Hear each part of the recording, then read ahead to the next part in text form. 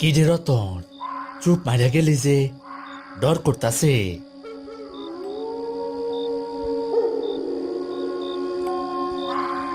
না ভাইজান, ডর করে না। ভাবতাছি কি আশ্চর্য জীবন।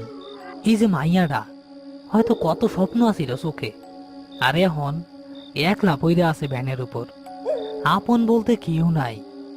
এই রে তো দুনিয়া, পানি জীবন দেয়, আবার এই পানি জীবন কায়রা নেয়। যার কেউ নাই তার আল্লাহ আছে, আর আমরা তো আছি দাফন কাফনের লাইগা। লাশটা দেইখা কেমন জানি মায়া লাগতাছে ভাইজান। বয়স আর এমন কি হইছিল, মুখের মধ্যে কেমন জানি একটা মায়ার ভাব, দেখলেই মায়া লাগে। কিন্তু শরীরটা কেমন পানি খাইয়া ফুইলা ঢোল হইয়া গেছে। 3 দিন ধইরা নদীতে ভাসতাছিল, পুলিশ খবর দিয়ে মর্গে পাঠাইছে। তারপর তো আমরাই আনলাম। পানিতে ডোবা লাশের এই এক সমস্যা, শরীরটা ঠিক থাকে না। ঠিক থাকবই বা কেমনে? পানিতে ভাইসা থাকা লাশগুলার তো আর স্বাভাবিক মৃত্যু হয় না। কুপায়া জখম কইরা, কখনো বা ধর্ষণ কইরা মাইরা নদীতে ভাসাইয়া দেয়। শরীর তো তার আগেই শেষ। কি নির্মম আর কঠিন মৃত্যু! আল্লাহ আমার মৃত্যু কাউরে না দেউক। কি ব্যাপার, জব্বার ভাই এখনো আসে না কেন? জব্বার ভাই, জব্বার ভাই, ও জব্বার ভাই, গেটটা খোলেন। আইতাছি। ইনি হচ্ছেন করিম শেখ। গত 15 বছর ধরে লাশ দাফন কাফনের কাজ করছেন। কত শত বেওয়ারিশ লাশকে শেষ আশ্রয় দিয়েছেন তার কোনো হিসেব নেই। রতন ছেলেটা নতুন যোগ দিয়েছে তার সাথে। সে সাহসী, তবে এখনো লাশের মায়া পুরোপুরি কাটাতে পারেনি। আজ রাতে তারা নদীতে ভেসে ওঠা একটা অজ্ঞাত তরুণীর লাশ দাফন করতে এসেছে। আজ এত রাত করলা যে? আর কইেন না, থানা থেকে ছাড়পত্র পাইতে রাত হইয়া গেল। রতন, ধর লাশটা, সাবধানে নামা। তারা দুজনে ধরাধরি করে লাশটি ভ্যান থেকে নামিয়ে ভেতরে নিয়ে যাচ্ছে। হ্যারিকেনের স্বল্প আলোয় গোরস্থানের চারপাশটা খুব একটা দেখা যাচ্ছে না। লাশটি মাটিতে নামিয়ে রাখতেই রতনের চোখ পড়ল লাশের গলায় থাকা একটা দাগের উপর। ভাইজান, একটা জিনিস খেয়াল করছেন? কি জিনিস? মাইয়াটার গলায় কিসের জানি একটা দাগ। মনে হইতেছে চিকন চেইন বা সুতা কিছু একটা পরানো আছিল, কিন্তু ওই জিনিসটা এখন আর নাই। কেউ হয়তো খুইলা নিয়ে গেছে। আরে বাদ দে তো, কত কিছুই তো থাকতে পারে। এখন আজাইরা চিন্তা বাদ দিয়া কামে হাত লাগা। জব্বার ভাই, কোদালটা দেন, কবর খোঁড়া শুরু করি। এই নাও করি, তোমরা কবর খোঁড়ো, আমি তাহলে পানি আনতে যাই। জব্বার আলী পানি আনতে চলে গেলেন। করিম আর রতন কবরের জায়গা মাপতে লাগলো। হঠাৎ করেই চারপাশের বাতাসটা কেমন যেন ঠান্ডা আর ভারী হয়ে এসেছে। একটা ভেজা স্যাঁতসেঁতে গন্ধ নাকে এসে লাগছে তাদের, যেন নদীর কাদা পানির গন্ধ। রতন বেশ অস্বস্তি নিয়ে চারপাশে তাকাতে লাগলো। ভাইজান, একটা গন্ধ পাইতেছেন? পচা পানির গন্ধ। হ, পাইতাছি। গোরস্থানের পাশের নলা থেকে হয়তো বাতাসে ভাইসা আসতাছে। তুই কামে মন দে। করিম কথাটি বললেও তার অভিজ্ঞ মন বলছিল ব্যাপারটা স্বাভাবিক নয়। সে কোদাল দিয়ে মাটিতে প্রথম কোপ বসাতেই কোথা থেকে এক চাপা কান্নার আওয়াজ ভেসে এলো গোরস্থানের ভেতরে। কান্নার শব্দটা করুণ এবং যন্ত্রণাদায়ক, যেন কেউ পানিতে পড়ে ডুবুডুবু অবস্থা থেকে কাঁদছে। রতন ভয়ে কোদাল ফেলে করিমের হাত চেপে ধরল। আহা রতন, কি করতাছ সেগুলা? হাত ছাড়। ভাইজান, শুনতে পাইলেন? কেডা যেন কাঁদতাছে। চুপ, কোনো কথা বলবি না। যা শুনছস গোরস্থানের কোনো শব্দে কান দিবি না, মনে করবি কিচ্ছু শুনস নাই। আয় তাড়াতাড়ি কাম শেষ করি। করিম মুখে সাহস দেখালেও তার কপালে বিন্দু বিন্দু ঘাম জমেছে। সে বুঝতে পারছিল আজকের রাতটা অন্য রাতের মতো সহজ হবে না।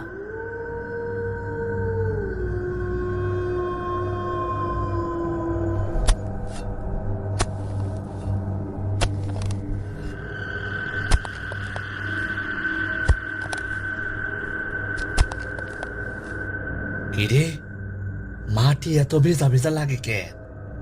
কয়দিন ধরে তো বৃষ্টি হয় নাই। ভাইজান, আমার শরীরটা কেমন জানি লাগতাছে। মনে হইতাছে কেউ আমার গাড়ি তার গরম নিঃশ্বাস ফেলতাছে। চলেন ভাইজান, তাড়াতাড়ি কাম শেষ কইরা চইলা যাই। জব্বার আলী পানি নিয়ে ফিরে এসেছে।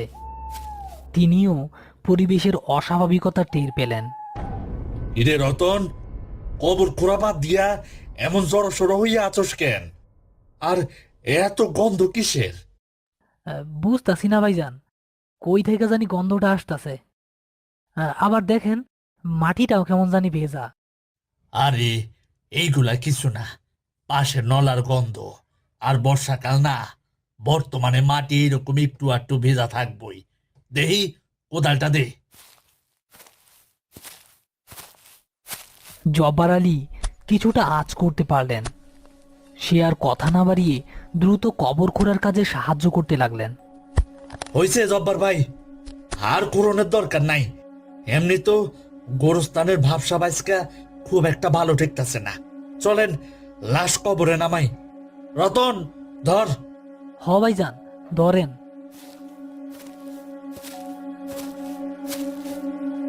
লাশ কবরে নামানোর সময় ঘটল আরেক অঘটন। লাশটা কবরে নামাতেই কবরের ভিতর থেকে পরিষ্কার পানি বের হতে শুরু করলো, যেন কোনো ঝর্ণার মুখ খুলে গেছে। অল্প সময়ের মধ্যেই কবরের নিচে পানি জমে গেল। আস্তাগফিরুল্লাহ, এইটা কি দেখতাছি? কবরের তলে পানি আসে কই থেকে? ভাইজান, আমার আর এক মুহূর্তে ওইখানে থাকতে ইচ্ছা করতেছে না। আমার মনে হইতাছে লাশটা লাশটা আমার লোকে কিছু একটা করতে চায়। আর একটাও কথা না, যা হওয়ার হইছে।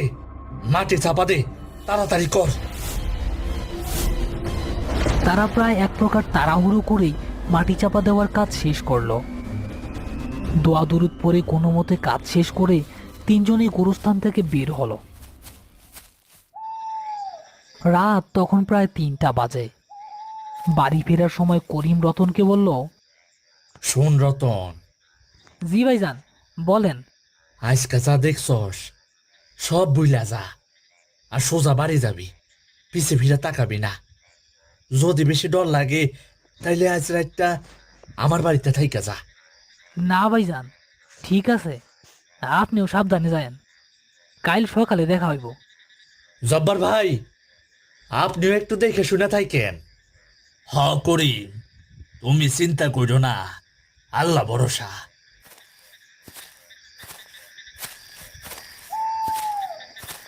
করিম নিজের বাড়ির দিকে রওনা হলো। গোরস্থান থেকে তার বাড়ি খুব বেশি দূরে নয়। শরীরটা ক্লান্তিতে ভেঙে আসলেও চোখের ঘুম উধাও হয়ে গেছে। কবরের ভেতর পানি ওঠার দৃশ্যটা তার মাথা থেকে কিছুতেই যেন নামছে না। ভাবতে ভাবতে কখন যে বাড়িতে পৌঁছে গেছে সে খেয়ালই করেনি। ঘরে ঢুকে দরজা বন্ধ করে বিছানায় শরীরটা এলিয়ে দিতেই তার চোখ দুটো ঘুমে লেগে এলো।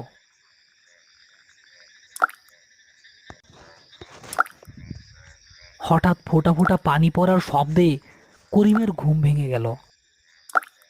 প্রথমে সে ভাবল হয়তো বাইরে বৃষ্টি হচ্ছে, আর সে বৃষ্টির পানি গড়িয়ে পড়ছে ঘরের চাল হয়ে। কি ব্যাপার, বৃষ্টি নামলো নাকি? না, যাই তো দেখি বাইরে কিছু ভিজতাছে নাকি। করিম বিছানা থেকে উঠে গিয়ে দেখল বাইরে আকাশ পরিষ্কার, বৃষ্টির ছিটে ফোঁটাও নেই। শব্দটা আসছে তার ঘরের ভেতর থেকেই। সে অবাক হয়ে দেখল তার ঘরের চালের এক কোণা থেকে টপ টপ করে পানি পড়ছে। কি আজব কারবার! বাইরে কোনো বৃষ্টি নাই, অথচ ঘরের চাল দিয়া পানি পড়ে। এ পানি পড়ে কই থেকে? করিম একটা বাটি এনে পানির নিচে রাখলো, কিন্তু তার অস্বস্তি কাটলো না। সে জানালার কাছে গিয়ে দাঁড়াতেই দেখলো উঠানের কোণায় রাখা জলের ড্রামটার পাশে কেউ একজন দাঁড়িয়ে আছে। পরনে তার ভেজা সালোয়ার কামিজ, লম্বা চুল বেয়ে পানি ঝরছে। মুখটা স্পষ্ট দেখা না গেলেও করিমের বুঝতে আর বাকি রইল না, এটা আর কেউ নয়, আজ রাতের সদ্য দাফন করা সেই তরুণী। কে? কে ওইখানে? কথা বলেন না কেন? কে আপনি? এইখানে কি করতেছেন? উত্তর দেন, কে আপনি? ছায়ামূর্তিটি কোনো জবাব দিল না। করিমের দিকে তাকিয়ে হাত বাড়িয়ে তাকে ইশারা করে ডেকে হাঁটতে শুরু করলো সামনের দিকে। করিমও হাঁটতে শুরু করলো তার পিছু পিছু, যেন তার বুদ্ধিমত্তা লোপ পেয়েছে। সে জানে না সে কোথায় যাচ্ছে। দাঁড়ান বলতাছি, কে আপনি? দাঁড়ান! হাঁটতে হাঁটতে করিম নদীর ঘাটের সামনে চলে এসেছে। এসে দেখল নদীর ধারে, যেখান থেকে তারা গতকাল মেয়েটির লাশ উদ্ধার করেছিল, ঠিক সেখানেই হুবহু আরেকটি মেয়ের লাশ পড়ে রয়েছে। ছায়ামূর্তিটি লাশের কাছে গিয়ে কি এক করুণ আকুতি করতে করতে প্রবেশ করলো তার ভেতরে। করিমের দৃশ্য দেখে জ্ঞান হারানোর উপক্রম। সে কোনো মতে সেখান থেকে জীবন নিয়ে পালিয়ে যায়।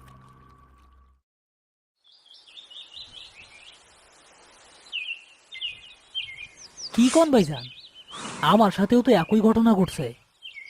সারা রাত আমি ঘুমের মধ্যে খালি পানি পড়ার শব্দ শুনছি। একবার তো ঘুম ভাঙা দেখি আমার বিছানার চারপাশটা পুরা ভিজা। আর আমার কথা কি কমু? ফজরের আজানের আগে কবরের দিক থেকে কান্নার আওয়াজ পাইয়া আমি বাইরে আইছিলাম।